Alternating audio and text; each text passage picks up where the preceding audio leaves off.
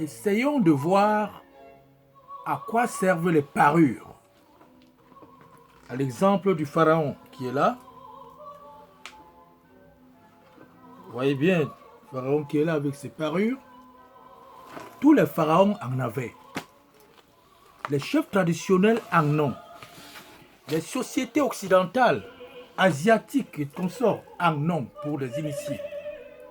C'est vrai, ces parures sont, pour la majorité des cas, à base des produits naturels, des pierres précieuses, l'or, l'argent, le diamant, ainsi de suite, qui ont certaines vertus. On n'en doute pas là-dedans. Mais ce n'est pas le fait de les porter qui fait de vous ce que vous êtes. Non. L'homme a un multiplicateur en lui. Regardez un peu, vous voyez un peu cette image. Il y a une boule à l'intérieur qui dégage des rayons.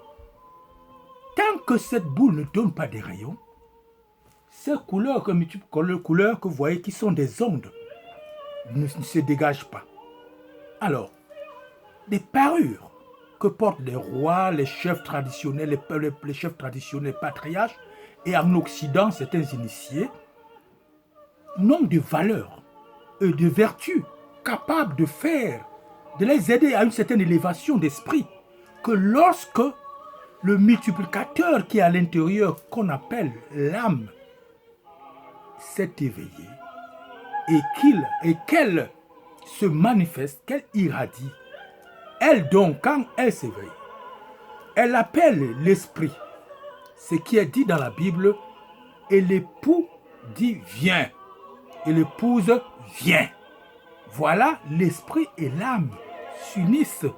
En ce moment, vous devenez comme une ampoule qui rayonne.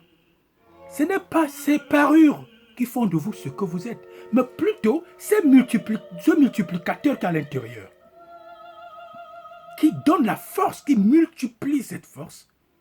Et ces symboles deviennent donc une réalité. Vous êtes en ce moment un microcosme accompli, c'est-à-dire qui a fait le lien avec le grand macrocosme, la grande âme.